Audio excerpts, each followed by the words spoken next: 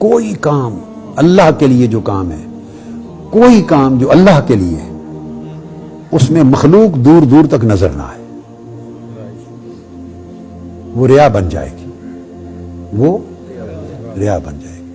اور کوئی کام جو اللہ کی مخلوق کے لیے کریں، اس میں آپ کا نفس میں دور دور تک نظر نہ آئے، آپ معیار سے گر جائیں گے۔ کن مع الخالق بلا خلق وکن مع الخلق بلا نفس۔ خالق کے ساتھ، مولا کے ساتھ ایسے رہو جیسے مخلوق ہے ہی نہیں، جو کرو اس کے لیے کرو۔ میرے پاس جی حضرت یہ ایک بڑی دلچسپ بات آ گئی، یہ ہم نے اندر تو نہیں کرنی تھی، اب ان کی نصیحت کے لیے۔ علماء کرام کا ایک وفد آ گیا میرے پاس، یہ بات 80s کی ہے، 1985 86 87 کے زمانے کی۔ ان میں کچھ علماء میری ینگ لائف کے میرے دوست احباب یا ملنے والے تھے، اب وہ عالم اور پیر صاحبان ہو گئے تھے۔ وہ وفد آیا تو مجھے کہنے، آپ نے سنی ہوگی یہ بات، تو وہ آئے، انہوں نے کہا کہ فلاں دارالعلوم میں، لاہور کی ایک بہت بڑی جامعہ ہے، تو اس دارالعلوم میں ایک اجتماع تھا، پھر وہاں علماء اکٹھے ہوئے، بڑے بڑے اکابر، ان میں اب اکثریت وفات پا گئی، پرانی بات ہے۔ تو انہوں نے کہا کہ میرا نام لیا، ان کے پاس کوئی اسم اعظم ہے، یہ وہاں اجماع کیا انہوں نے آپس میں۔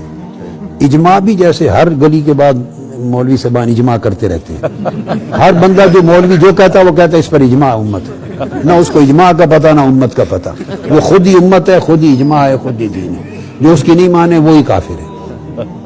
اس لیے ہم نے جنگ لڑی ہے فتنہ تکفیر کے خلاف ساری زندگی، کسی کا حق نہیں ہے کسی کو کافر بنانے۔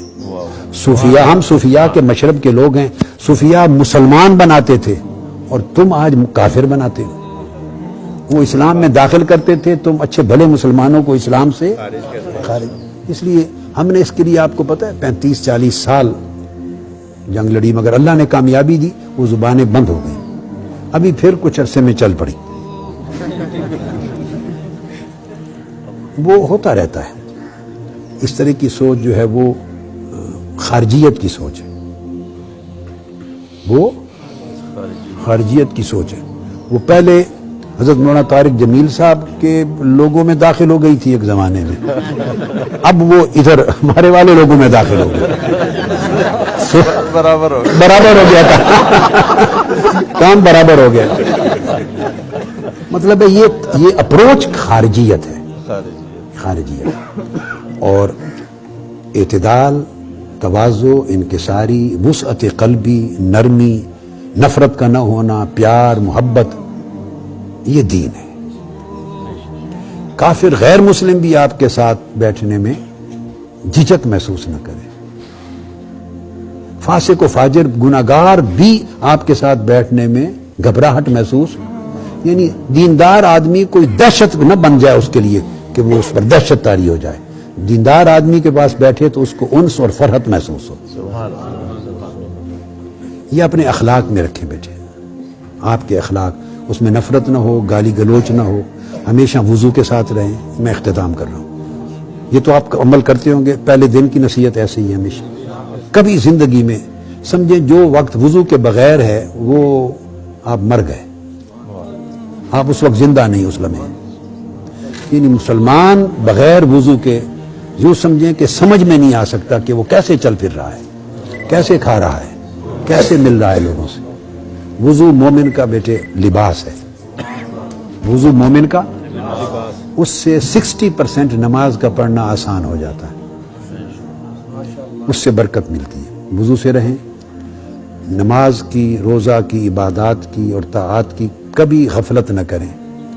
غفلت شیطان کے داخل ہونے کا دروازہ ہے۔ انہوں نے کہا کہ جا کے پوچھ آئیں کہ کیا اسم اعظم ہے، وہ میرے پاس آ گئے کہ بتا دیں۔ میں نے کہا اسم اعظم میرے پاس ایک ہے، مگر وہ ہے بڑا مشکل، آپ نے اس پر عمل نہیں کرنا، وہ وظیفہ آپ سے ہوگا نہیں۔ کہتے ہیں نہیں آپ بتا دیں، ہم وعدہ کر کے آئے ہیں کہ ہمارا تعلق اتنا قریبی ہے کہ ہم یہ راز لے کے آئیں گے۔ انہوں نے کہا وہ خطاب سے پہلے بھی دیکھتے ہیں، تسبیح ہوتی ہے ہاتھ میں، لب ہلتے ہیں، کچھ پڑھتے ہیں، اس سے تسخیر قلوب ہوتا ہے، ساری رات خطاب کرتے ہیں تو اٹھتا ہی کوئی نہیں بندہ، ہمارے خطاب سننے کے لیے 100 بندہ کوئی نہیں بیٹھتا، ادھر اٹھتا کوئی نہیں، سمندر یہ تسخیر قلوب ہے، اسم اعظم سے کرتے، یہ ان کا مسئلہ تھا کہ معلوم کریں وہ کیا تھا کہ ہم بھی وہ پڑھیں۔ میں نے کہا ہے میرے پاس اسم اعظم، مگر آپ کے لیے ہوگا مشکل۔ انہوں نے کہا کیا؟ میں نے کہا بتا دیتا ہوں، اسم اعظم یہ ہے کہ اللہ کی عزت کی قسم ہے میں نے زندگی میں کوئی کام مخلوق کے لیے نہیں کیا، جو کیا اللہ کے لیے کیا، یہ میرا اسم اعظم۔ کوئی کام جو کرتا ہوں اس میں کسی مخلوق اور کسی دنیاوی غرض کے لیے نہیں، صرف اللہ کے لیے کرتا ہوں۔ میرے اللہ کو پسند ہے یا ناپسند ہے، کروں یا نہ کروں، میرا کوئی پیمانہ علاوہ اس کے زندگی میں ہے ہی نہیں۔ تو میں اس دل میں اللہ کے سوا اور اللہ کی رضا کے سوا اور اس کے قصد کے سوا کسی چیز کو داخل نہیں کرتا۔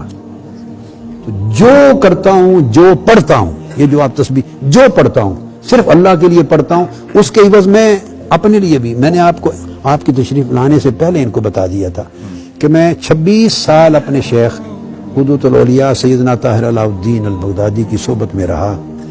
میں نے ان کو بتایا 26 سال میں ایک بار بھی میں نے ان سے عرض نہیں کیا کہ حضور میرے لیے دعا فرما دیں۔ 26 سال میں نے اپنے شیخ سے نہیں عرض کیا کہ دعا کرو۔ میں اپنی زندگی کے معاملات اللہ پہ چھوڑتا ہوں، یہ میرا توکل کا معنی ہے کہ مولا بندے کی بہتری کو بندے سے زیادہ اچھا جانتا ہے۔ تو میں نے کہا میں اللہ کے سوا کسی کے لیے کوئی عمل نہیں کرتا، اللہ کی رضا کے لیے، یہ اسم اعظم ہے۔ اور یہی حضرت ابراہیم بن ادم نے بتایا تھا، کسی نے پوچھا اسم اعظم، فرمایا تو دل سے اللہ کے غیر کو نکال دے تو جو لفظ پڑھے وہی اسم اعظم ہو، جو چاہو پڑھو اسم اعظم ہو۔ بیٹے دل کو اتنا خاص کر لیں، خالص، طاہر، ستھرا، اور اخلاق اچھے رکھیں۔ بیٹے آپ کے اخلاق سے، عبادت سے، وضع قطع سے، تواضع انکساری سے، لوگوں کے ساتھ اخلاص اور محبت سے، پیار سے خوشبو آئے ایمان کی بھی، مسلمان ہونے کی۔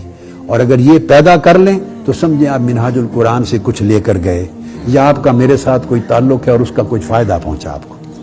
اگر یہ خوشبو آپ اپنے عمل سے، زندگی اور اپنے برتاؤ سے لوگوں کے ساتھ نہیں دے سکتے تو آپ اس کو امپروو کرتے رہیں، امپروو کریں۔